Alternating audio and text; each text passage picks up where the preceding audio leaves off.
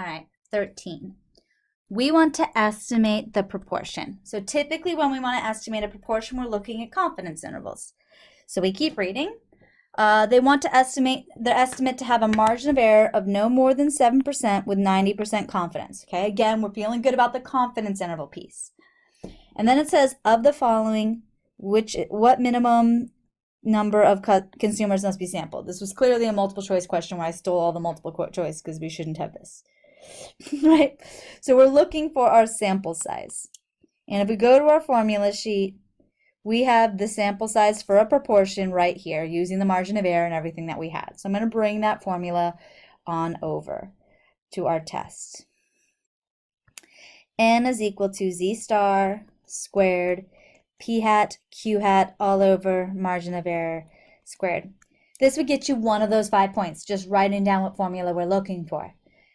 Then plugging into the formula, 90%, we can go to that table and grab, it's 1.645. We can recognize that they gave us the margin of error, they even labeled it for us, of 0.07. We've got to turn that 7% into a decimal. And if you just stopped here, you'd get 2 of the 5 points because, again, you've done a lot of good work. But the last piece here is that we were not given any sort of p hat, so we're going to use 0.5 because that's the top of the parabola. In fact, feel free to try any other value other than 0.5 and you'll find that you get a smaller sample size out. So with all of that done, we can type all of it into our calculator, 1.645, divided by, looks like we get 138.06.